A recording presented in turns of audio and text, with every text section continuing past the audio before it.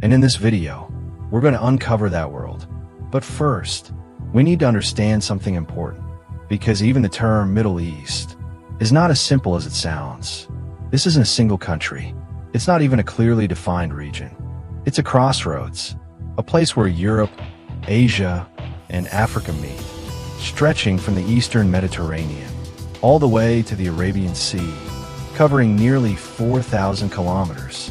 And within that space, you'll find countries like Saudi Arabia, Iran, Turkey, the UAE, Oman, Jordan, Iraq, Israel, Egypt, each with its own identity, language, and history. And yet somehow, they're all connected. Thousands of years ago, this region became one of the most important places on Earth, because this is where civilization began, in a land known as Mesopotamia. Between two great rivers, humans started building cities. Over 5,000 years ago, long before Rome, long before most of Europe even existed. This is where people created laws, developed writing, and built organized societies. In fact, one of the first writing systems ever, cuneiform, was born right here, and it changed everything. Here's something most people don't realize. Some of the systems we still use today actually started here. Time, for example, the 60-minute hour, the 60-second minute, that came from ancient civilizations in this region. So did early mathematics, astronomy, and even mapping the stars. Because under clear desert skies, people didn't just look at the stars, they studied them and turned them into knowledge. But the Middle East was never just about staying in one place. It was about movement. Ancient trade routes stretched for thousands of kilometers, connecting East Asia with Europe.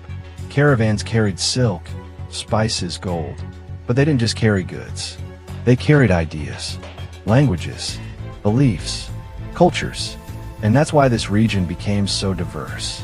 Even today, you could travel a few hundred kilometers and feel like you've entered a completely different world. Different language, different culture, different identity.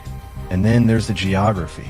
Because when people imagine the Middle East, they think of endless desert. And yes, deserts dominate large parts of the region. Massive dunes stretching for over 1,000 kilometers, some rising higher than skyscrapers. But that's only part of the story. There are mountains over 4,000 meters high, coastlines along warm seas, fertile valleys, even wetlands full of life. This region is not one landscape. It's many, all existing side by side. And then there's water, or more accurately, the lack of it. Some areas receive less than 50 millimeters of rain per year. To survive, ancient civilizations built incredible water systems, underground channels stretching for kilometers. And unbelievably, some of them still work today. And despite all of this, people didn't just survive here. They built cities that lasted centuries, structures that stood for thousands of years. Because this region is not just geographically complex, it's culturally layered. This is the birthplace of three major religions: Judaism, Christianity, and Islam. And over time, these beliefs shaped everything: architecture, cities, traditions, even daily life. Sometimes peacefully, sometimes through conflict, but always leaving a mark. And that's what makes the Middle East different. It's not one story. It's layers of stories, built on top of each other. Ancient foundations, modern cities, old traditions, rapid change. And once you start seeing those layers, everything changes. Because now, we're about to explore the places that bring all of this to life. Places so unique, they almost don't feel real. A place that looks like it belongs on another planet, isolated for millions of years. Nearly a third of its plant life exists nowhere else on Earth. The famous Dragon's Blood Tree is not just strange in appearance, it's a survival masterpiece. Then there's Muscat, a city that chose balance over chaos. Low-rise buildings, natural colors, architecture that blends into the mountains. Not too modern, not too traditional, perfectly in between. And hidden within those mountains, Wadi Shab, a place where you walk, climb, and finally swim into a hidden world of turquoise pools and secret caves. Then the desert takes over. Vast, silent, unforgiving. Temperatures above 45 degrees Celsius by day, and freezing nights. But even here, life found a way. And then suddenly, everything changes. Abu Dhabi, a city that feels designed, not grown. Clean lines, open spaces, perfect symmetry. And right after that, Dubai, a city built on ambition. Skyscrapers reaching into the sky, artificial islands visible from space. A place that keeps reinventing itself. But step outside the city, and the silence returns. The Liwa Desert.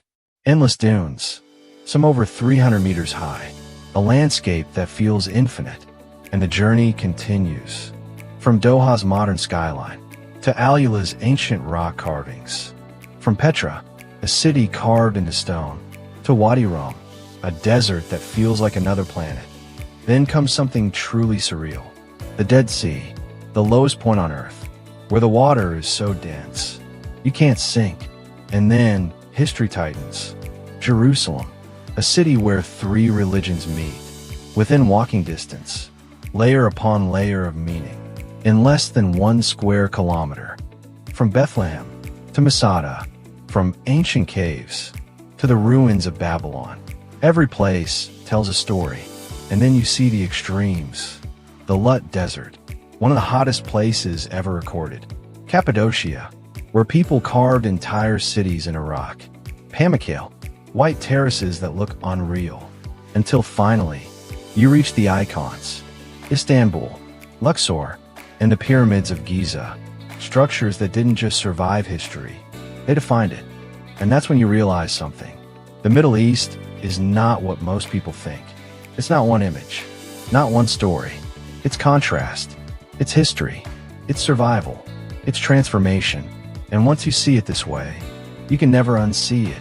If this changed the way you see the world, make sure to subscribe, because there's always more hidden beneath the surface.